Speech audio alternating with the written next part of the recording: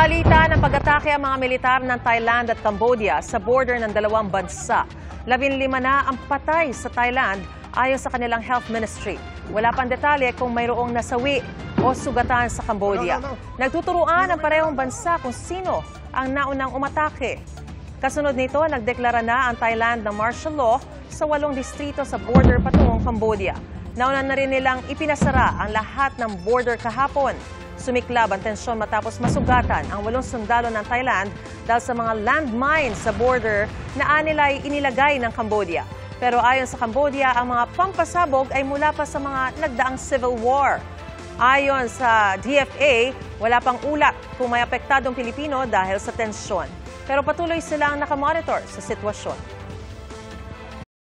Mga kapuso, maging una sa saksi. Mag-subscribe sa GMA Integrated News sa YouTube para sa iba't ibang balita.